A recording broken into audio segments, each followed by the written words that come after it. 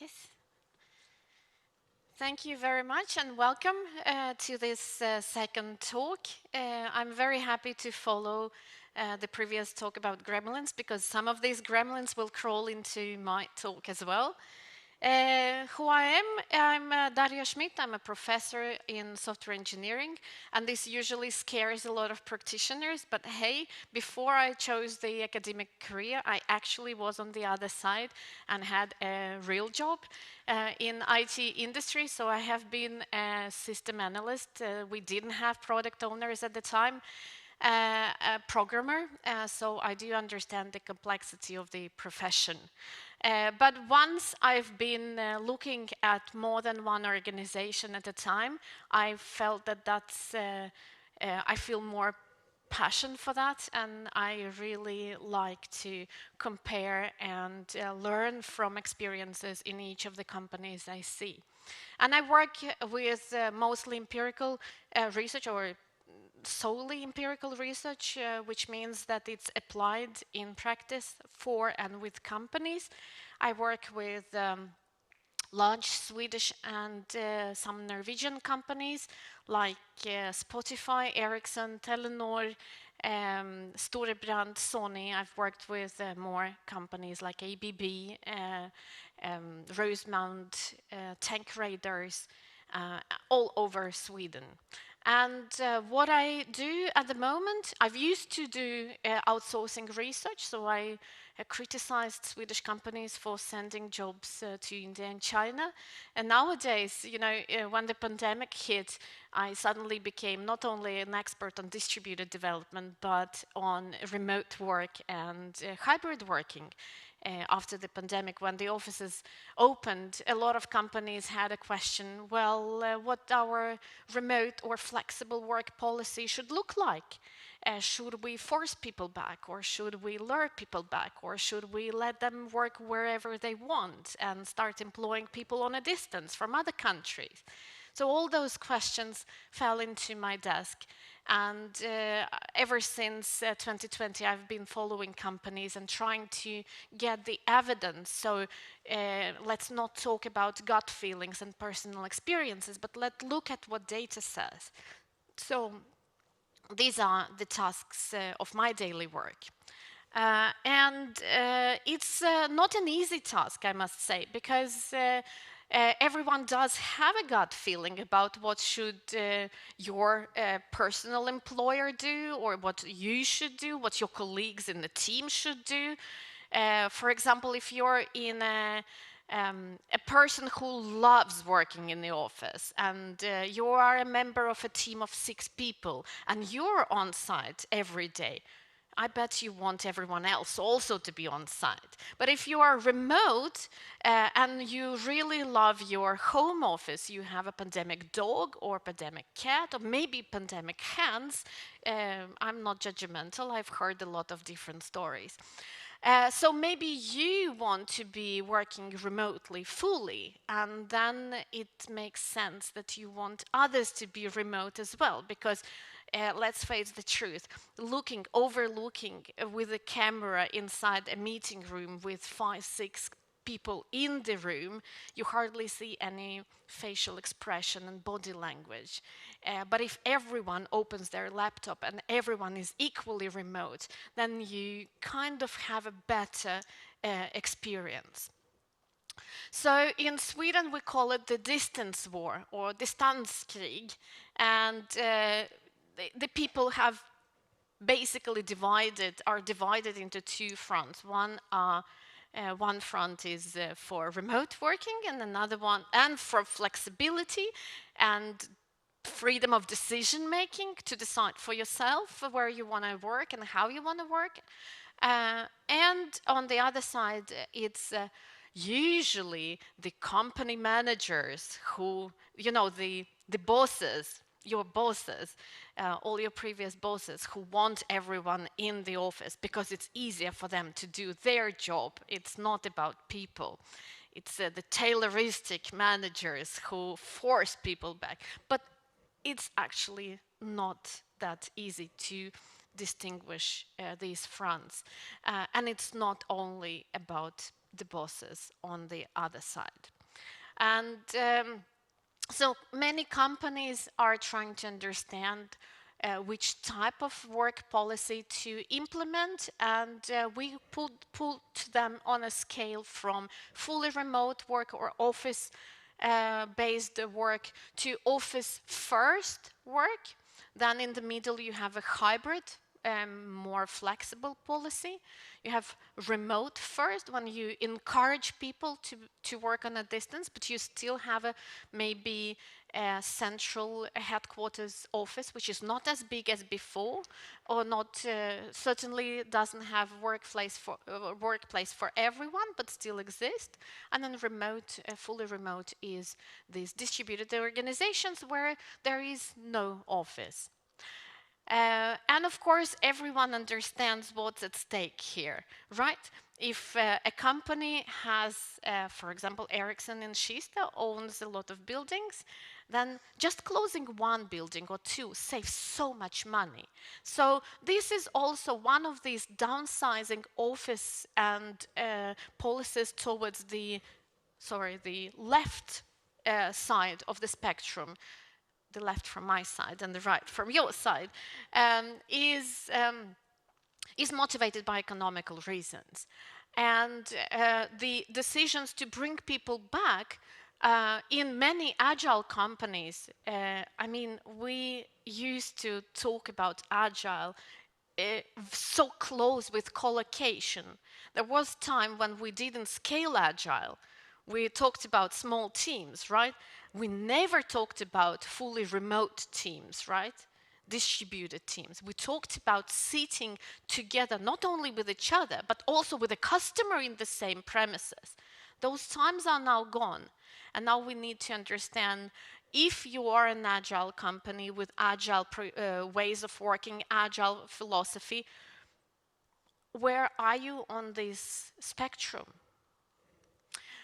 And the two fronts, so remote working is usually motivated by individual thinking. So ego before we go. I want to be working here or there. I don't want to be forced. And working in the office is usually not about the managers, but about the groups. So agile teams, and how do we preserve the rituals and the ways of working, of closed loop communication and collaboration. And the first thing that people on the remote side bring up is work-life balance and well-being. So I feel best when I work, when I wake up in the morning, I see that it's snowing or raining, and then I decide today I work from home. And that makes me feel good because I'm in control of it. And on the other side, you have groups, and you have sense of belonging, sense of community.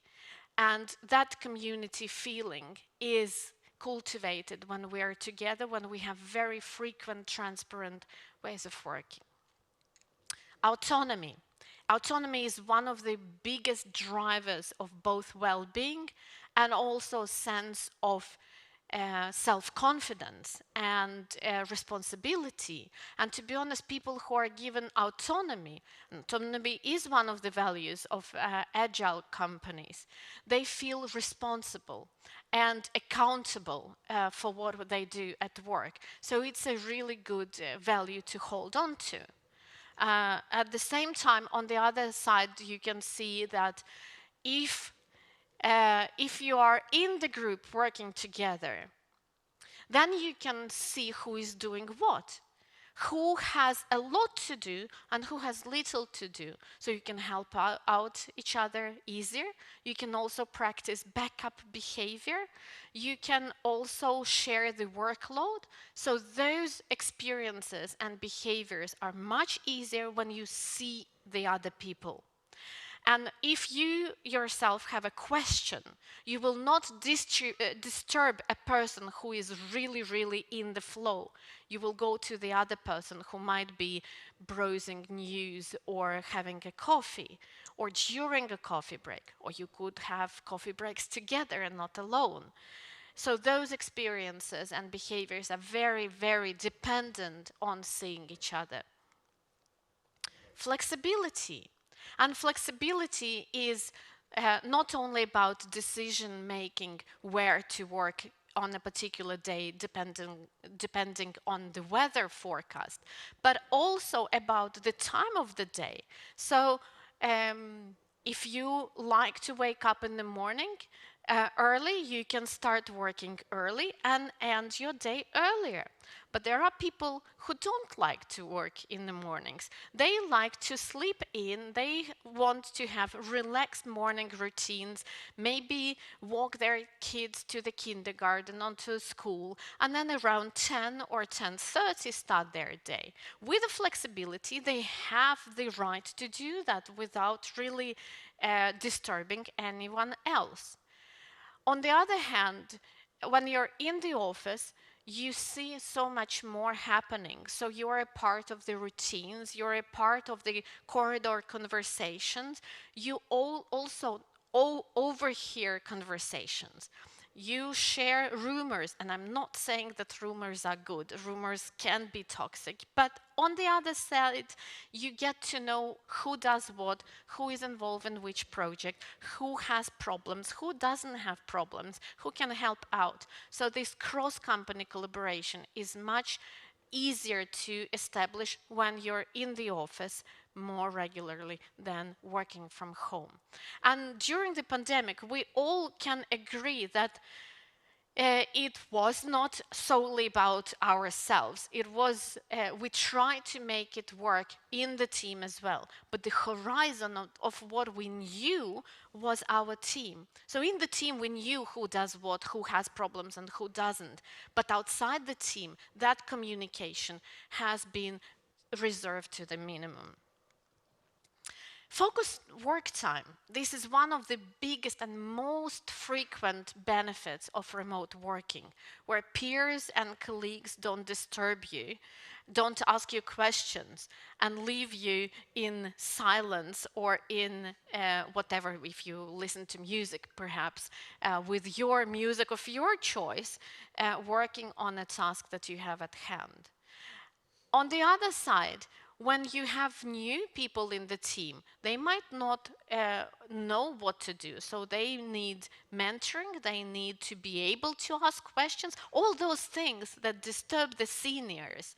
The juniors need to be able to practice in order to get further, in order to climb their learning curves. So, and also innovation and creativity. Those things come from us talking to each other frequently and sharing ideas and brainstorming in an efficient manner, which is easier, not saying that it's not possible, but easier to practice in the office. Last but not least is this notion of increased productivity. So if I'm in the flow, if I have focused work day, I am really productive. I produce a lot. But if you talk about the team and assuming that the sum of individuals is more than just each individual alone, then team productivity might suffer because you are blocked with your own problems for longer time without the possibility to ask for help. So what happens in the workplaces? There are companies who feel that they need to provide flexibility to survive, to be attractive in the market, and to attract young people into the company. Because if you ask HR managers, what is the first question that new recruits ask nowadays in job interviews? Do you want to guess? Can I work remotely? Exactly. That is the number one question. And to stay attractive in the market, you have to have certain flexibility to offer. At the same time, companies who depend on everyone knowing what everyone else is doing, on brainstorming, on creative meetings, on whiteboard, possibility to have spontaneous interactions and spontaneous meetings, and also on innovative capability, and this culture of collaboration. Some companies say we're like a family, and a family needs to be close to each other. Then those companies have introduce mandatory office presence. How many of you have mandatory office presence? How many of you have no mandatory office presence? You can do whatever you like. Okay. So in this talk, everyone will hear something relevant. Um, we have analyzed 27 different work policies in companies in Sweden and outside Sweden, Swedish companies with their sites outside, Norwegian companies as well. And what we see is that half of these policies do not have a mandatory presence as one fits all solution for the entire company.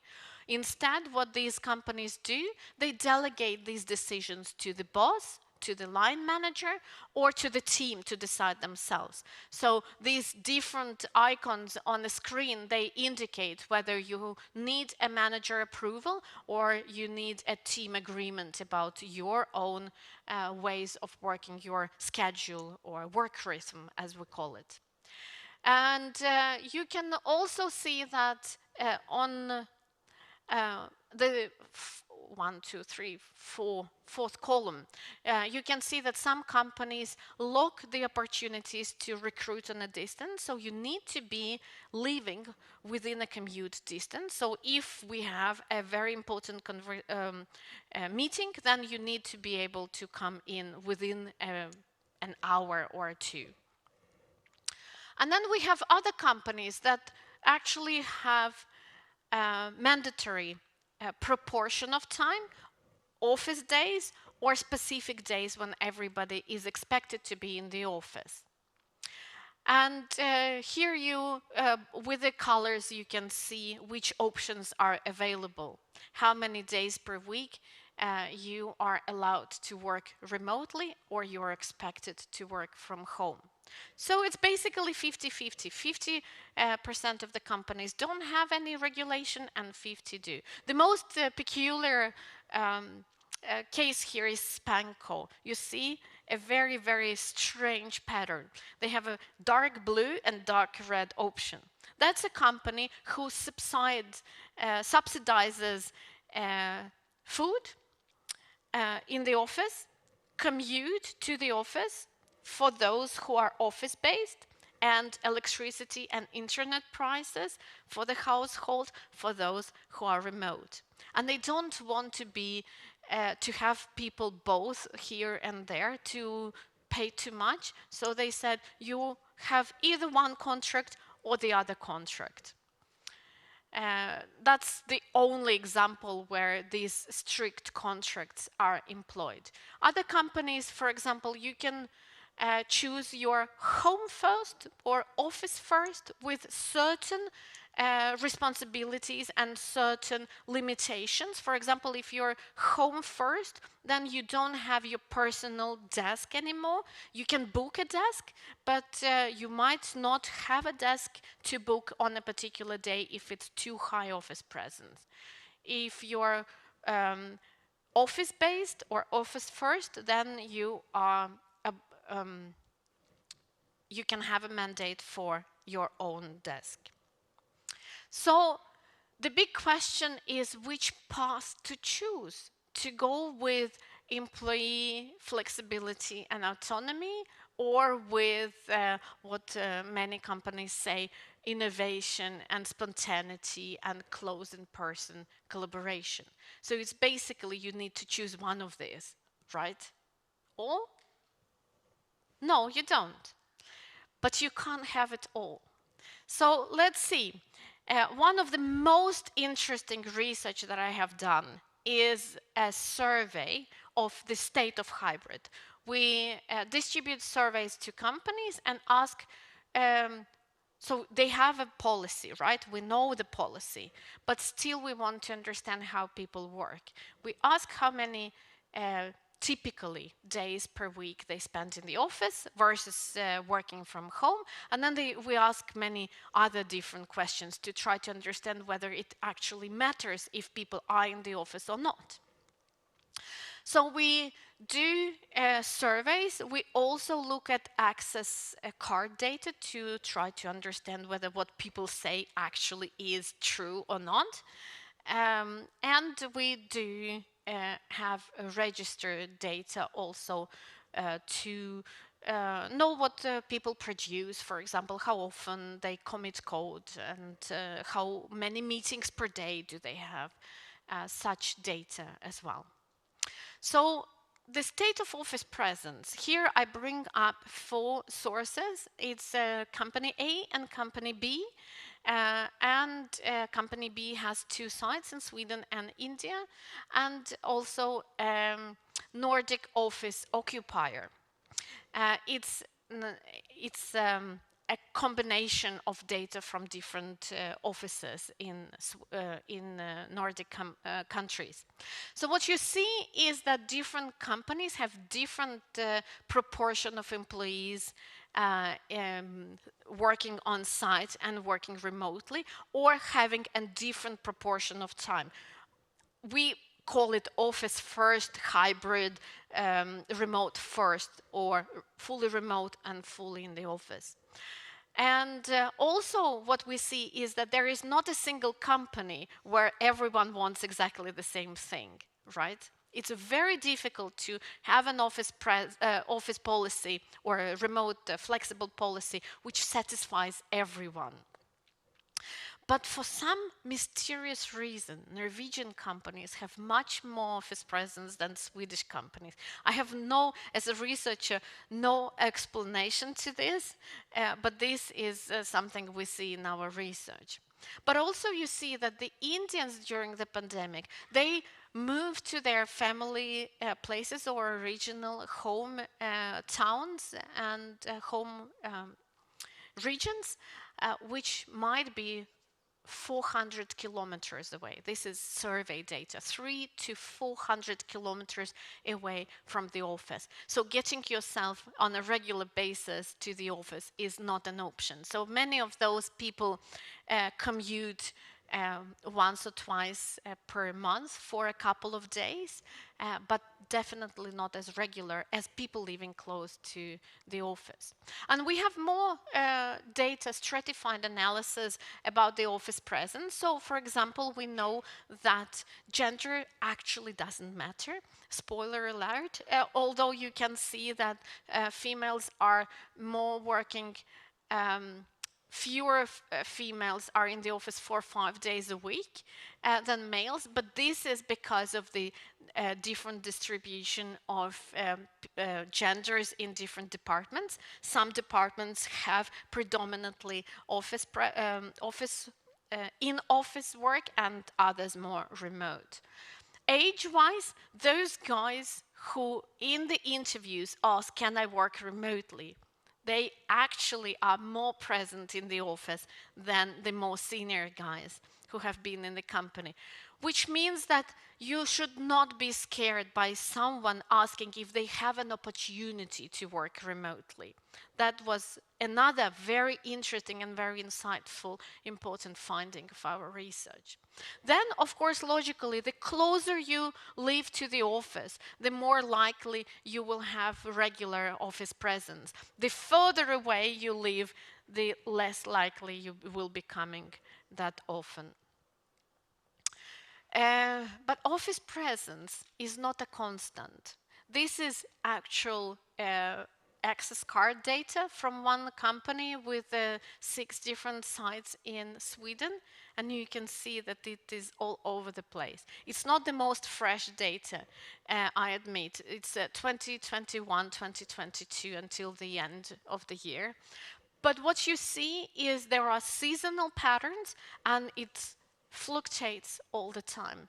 So at least at that moment, people did not have very, very stable patterns. Now we see that it stabilizes how. But it's quite low as well.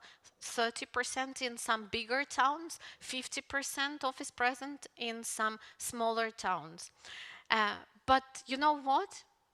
We should never think and aim for 100% because we also have data for 2019 and 2018 and 2017. It has never been 100%.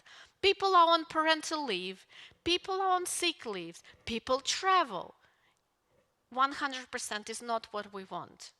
It's around 80% actually. In some companies 79, in some companies 89, but never 100%. Weekly patterns, do you recognize them?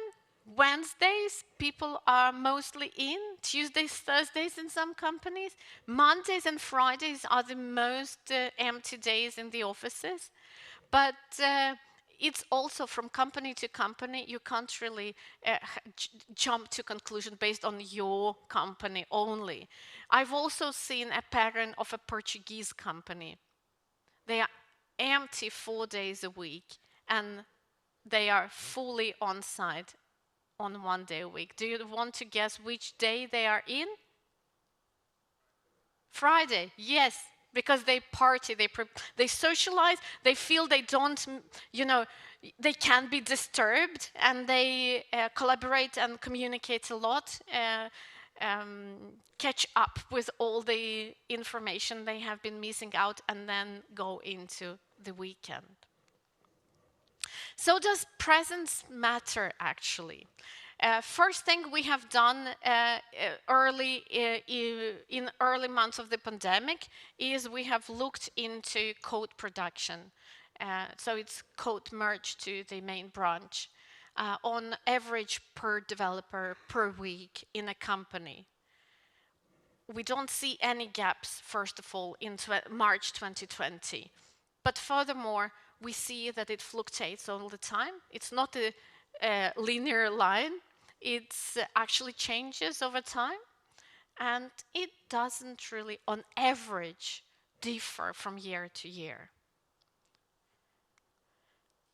But if you zoom in, if you compare yourself today or this year to yourself last year, on average, how much you produce per yourself per week, and you compare people fully on-site mode 2019 before the pandemic and 2020 when everyone was working remotely from home, then you notice that some people from working with this flow and focused workplace alone benefit a lot. They produce much more. They are above the diagonal.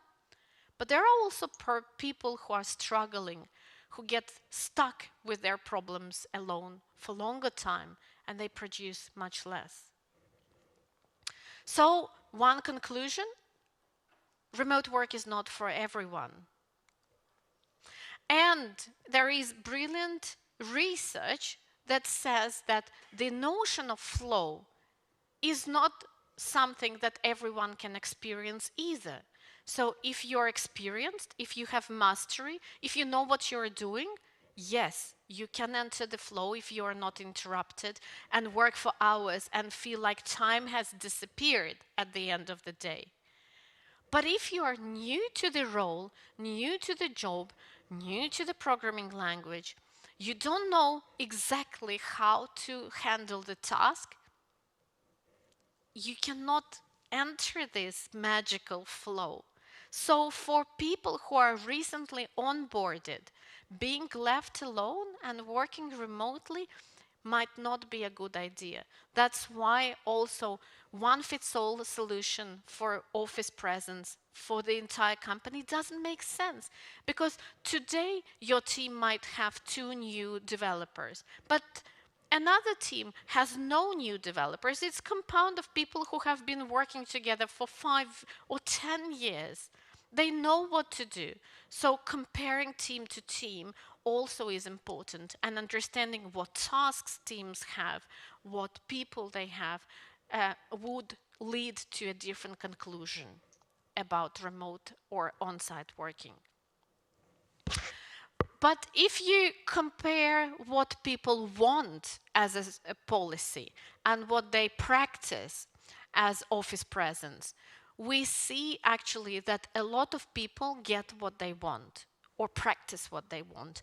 You see a lot of darker color in the diagonal, which means that I'm in the office 4 or 5 days a week, and I want to be in the office 4 or 5 days a week.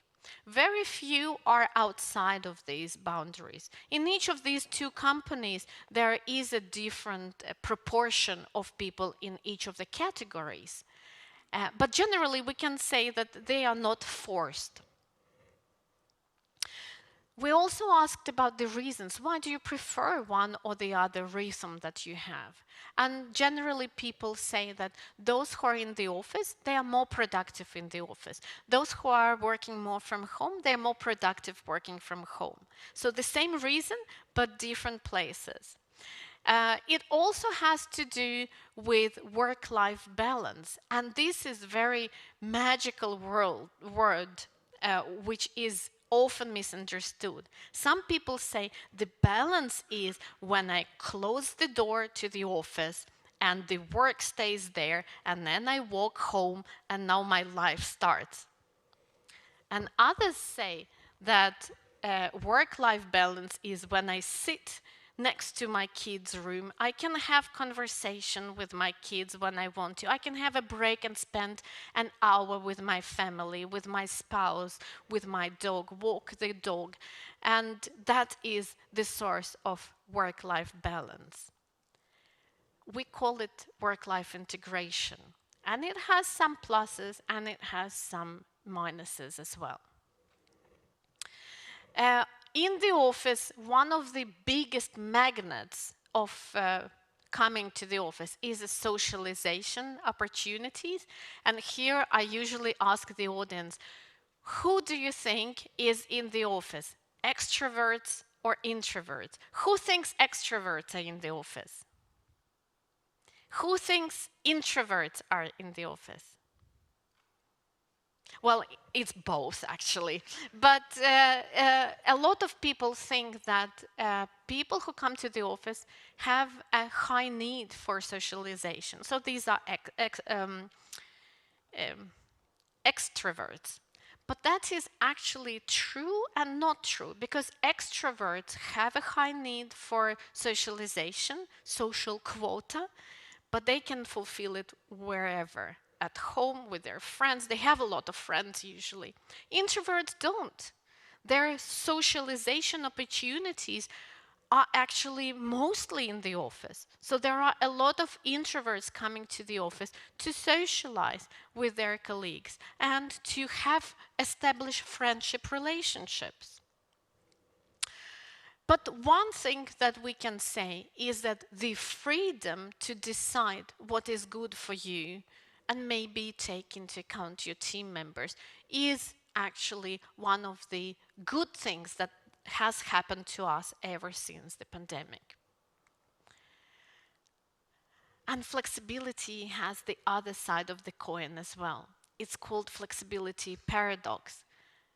If we are responsible for our own working, those gremlins are coming in, you feel it? You have the right to work longer hours. It's very difficult. It's easier to close the door and walk home and start your life, private life. It's much difficult to close your laptop or computer and then magically forget that it exists and it's so close. And with the phones and with the Slack and with everything, we are so connected. This constant connectivity is one of the reasons why we cannot stop working if we integrate work and private life. So Microsoft is a magic company that has access to a lot of data. As a researcher, I'm envious. So they have one study, it's not published, and I have a lot of questions to it, but it's interesting. On the Microsoft column there you see people who work from home and people who work late hours. They found 30% of people have a third peak in a day. You have a peak of activity before lunch, then you go to lunch, then you have a peak of activity after lunch, then you kind of wait yourself out of the day and you go home.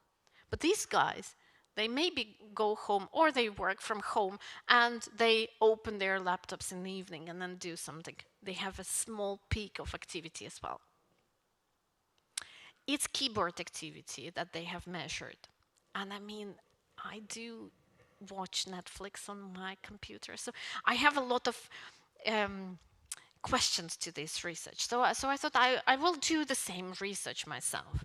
And oh my God, this was a nightmare. Because what are the data sources that I can make? I can have access to commit data. And wait a minute, people don't commit code all the time. So sometimes we have people who have just one commit a day in the morning.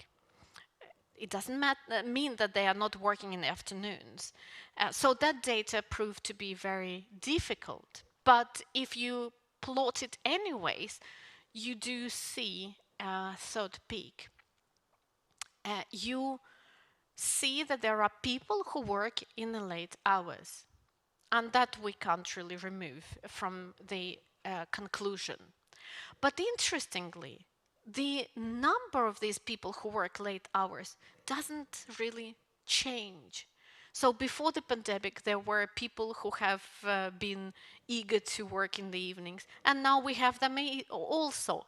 So that didn't really change, or the data is not telling the whole story. But we also ask people whether they work from home on those days, whether they work for 6 hours or more than 8 hours or more than 8 hours a day, and how much do they work in the office. And one of the conclusions was that there are a lot of people coming in the morning to the office, working a couple of hours or having meetings, and then after lunch they go back home and they have half of a day from home. So it's not that people decide today I'm only in the office or today I'm only at home. This was one of the interesting conclusions. And another one is that people who work from home are more likely to work longer hours, more than 8 hours. We don't know. Our survey is not that flexible or insightful into how much more than 8 hours they work. But the proportion of people who don't come to the office and work entirely from home, those are more likely to work longer hours. Just because it's difficult to turn off your computer. If you have started the task, you're likely to want to finish it, despite the fact that everyone else disappears and you feel social pressure to go as well, or to share some bus ride or train ride with someone. What else can I say about remote working? There are a lot of basic routines that have changed. On days when you work in the office, you are likely to be dressed to start with. You're likely to have showered before you got into your clothes. You are likely to eat proper lunch and with colleagues and a company and conversations rather than in front of your computer. So there are good things about staying at home, but there are also things that you want to have in balance. So you want a few days of working in a pajama and sleeping in and maybe not feeling social pressure. But these things are also good for us, at least some days of the week. So in general, we say that the answer to this flexibility paradox is to understand how many days per week do you want to stay focused and isolated and work remotely, and how many days you want to come to the office to socialize with others and to feel the sense of belonging, sense of community, and be able to spontaneously talk to colleagues and not schedule your conversation and fit in a calendar. Because calendars, ever since the pandemic and with increased remote work, every interaction becomes a calendar invitation. And not all companies have moved from 1 hour and 30-minute default slots to 15, 25, 45, or 50 to actually have breaks. Because with breaks, we function much better. And we have a break to have a small talk in between the meetings. So now we're coming to teams. What happens to teams? We have spent quite a lot of time working remotely, and we have learned one thing.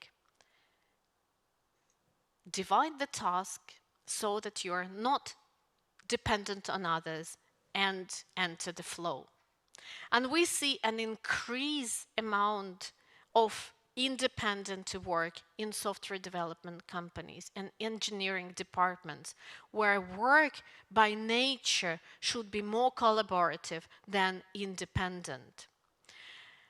And this is one of the things that we also try to say, ask yourself if independent working is better than collaborative work mode. You need to be able to know what you lose and what you gain with this approach. But if you do collaborate, then and if you want people to collaborate more, then you need to understand the basic principle. The further away we are from each other, the less likely we are going to communicate. This curve, Allen's curve, is known from decades ago. A research that measured if your office is in the same corridor with your colleague's office, what's the likelihood of you talking, frequency of communication between you? If you're situated on different floors in the same building, what's the likelihood? If you're in different buildings but in the same campus, what's the likelihood? And it's 30 meters between the two people that has this threshold of likelihood rather communicate or not.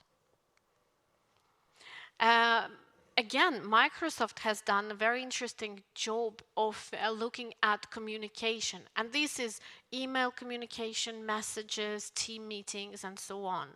And during the pandemic, the few months, they saw how static their networks have become. And static means that people talk to the same frequent contacts they have had, and new links are not forming. So there is no spontaneous coming together in a coffee room. Oh, have you met this person? You two should meet because you have a lot in common. So you don't create these new contacts anymore when you don't share the same physical space. We have done a study, an interesting study of what happens with psychological safety in teams. And psychological safety we broke down to simple behaviors. How likely you are to speak up in a meeting, in a digital meeting, or in an on-site meeting. How likely you are to speak up when you disagree with someone's opinion. How do you share negative feedback with each other? Is it safe to make mistakes in this team? Or requesting feedback on unfinished work. So I want some feedback to be able to improve the algorithm that I'm building, but I haven't finished. It obviously has flaws. If you send your colleague an email with unfinished work and you suddenly realize, oh, there is a stupid mistake. You correct the mistake, you send this email again, and you hear nothing. How do you feel? Nervous. You made a stupid mistake, and then this colleague has a proof of it, and they will be able to show it to everyone. this is not a nice feeling. But if you're in the same room, you show and you say, oh, this is so stupid of me. Of course, you can make a joke out of it and you correct it immediately. And you show that it is just a misspelling or a typo or something. Your head was somewhere else when you were writing it. Of course, you know what is the right way of doing it. It's a completely different feeling, right? So, and when the feedback comes to you in an email, it's actually, if it's critical feedback, it's usually perceived rude. These people who write this, they are really mean to me. Whereas if you explain critical points face to face, somehow it is not perceived as rude as in an email. You recognize this, right? So the thing that I want to emphasize, and I have started coaching teams, agile teams, to understand how to work better in hybrid work environment, team orientation. This is one of the major things that is important in teamwork. Having your team before yourself, team interest, team needs before what you need. Team orientation will help us understand what level of office presence is needed for the team today, this week, this month, this half year, much better. And practice all those wonderful things as backup behavior, team member monitoring, and performing together as a unit and not as individuals stuck together in something that is called a team. So I'd say that it's much easier to practice these things if you have regular co-presence in the team. I'm not saying 4 or 5 days a week, but some days a week. Awareness of what others do, sufficient peer support, and psychological safety. Those things come together along with the office presence. And mandatory office policies on a company level will not bring teams together, unfortunately. This is a company with 2 mandatory days a week. And these graphs illustrate the dots are individuals, and based on access card data, we have calculated the frequency of the 2 dots being in the office on the same days. The thick lines means the more office co-presence, the thinner lines, less co-presence. And among the 5 people or 7 people, you can have an overlap in the week. You might not even meet each other if you have 2 days a week office presence as a mandatory condition. So office presence alone doesn't guarantee that teams come together. Teams need to agree which 2 days or 3 days or 1 day they are in the office. This is also from my retrospective meetings with teams. As I said, I started coaching teams to understand how to work better in a hybrid mode together. And it shows that a lot of people in the teams have completely different patterns of office presence. These are Mondays, Tuesdays, Wednesdays, Thursdays, Fridays, and the dots are which persons come on which day a week. And there are people who say, I come when I'm needed, I don't have a pattern, and there are people who are always in the office. And very interesting, there is a team, one of the teams, where 4 or 5 days a week, the new guys are in the office. And the most senior guys are only when they are needed. So for meetings, and then they go back home and then they continue working. And this is one of the dysfunctional behaviors in the teams, because the new guys, they really want the senior guys to be present to learn from them. At the end of these retrospectives, we also try to understand what to do.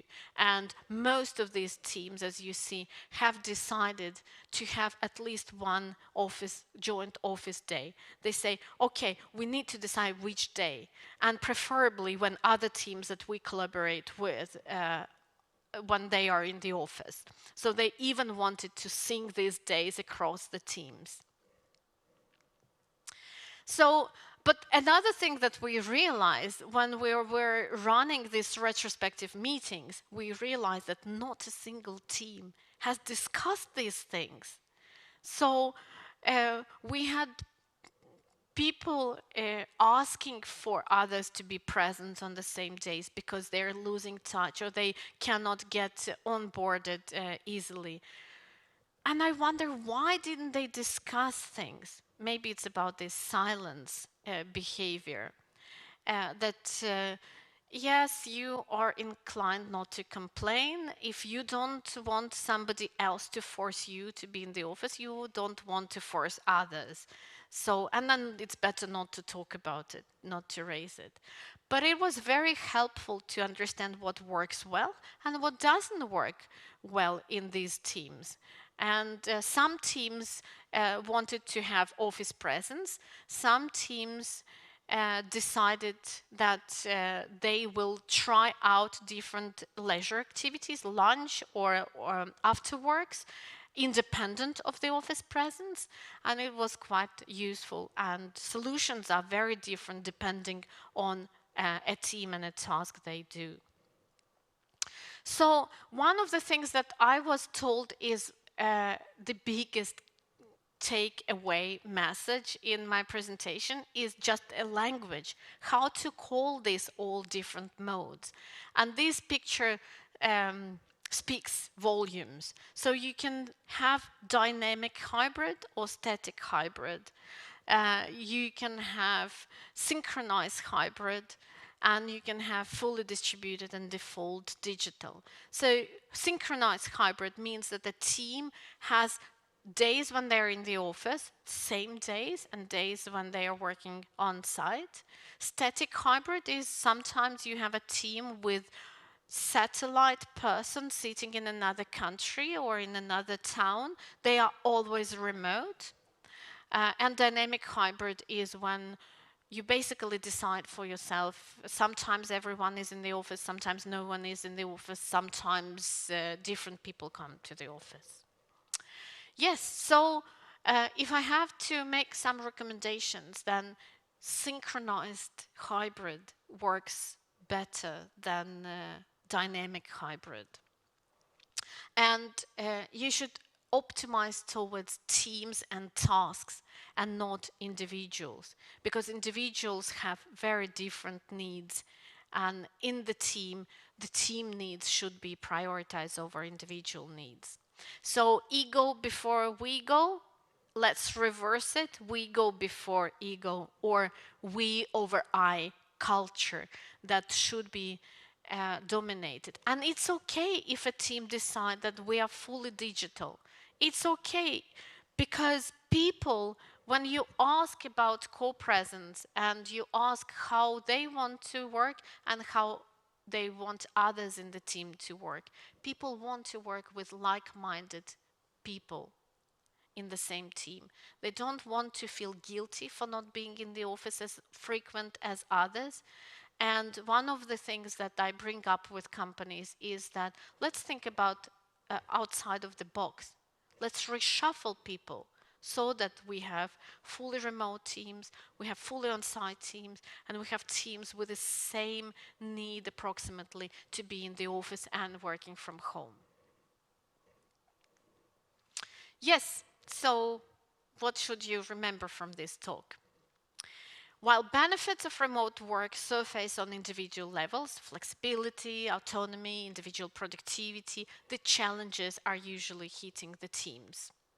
Hybrid work is a broad concept, and if you say we're a hybrid, it really, I can't as a researcher put you into this scale of remote first, office first, hybrid, and in what sense? Hybrid on an organization level, that you have on-site teams and remote teams and anything in between, or every team is a hybrid team, and if hybrid, is it a synchronized hybrid, static hybrid, dynamic hybrid? So it's important to have a language to talk about what we are, what we practice.